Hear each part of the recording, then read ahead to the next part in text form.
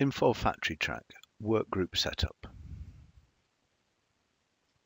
We use the workgroup form to organize employees into groups that a supervisor may be assigned responsibility for. When a supervisor's username is entered on the workgroups form, they will be able to view, edit, and process hours for the employees in the workgroup. Employees are assigned to workgroups by specifying the workgroup on the employee record. To be authorized for a workgroup, a user needs to be configured with an administrator or supervisor role. In order to achieve this, we need to set the user type to either supervisor or administrator. To add a user to the Privileges tab, focus in on the Privileges subconnection. Then select the New icon.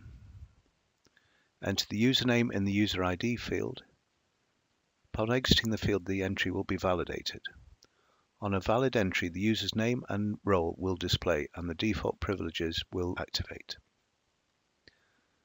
For an administrator, all privilege checkboxes will activate. For a supervisor, all privilege checkboxes except payroll processing will activate. A user's privilege may be customized by deselecting checkboxes the user should not be allowed to perform. Invalid user entries include usernames with user roles, and a user may not be authorized for a workgroup that they are an employee in. If we select the Employee tab, we can see the employees that have been assigned to the workgroup. An employee gets their workgroup assigned on their employee record. To assign an employee to a workgroup, select the desired workgroup from the pull-down menu in the Workgroup field. Then save the record. The employee should now be listed on the Employee tab in the Workgroup form.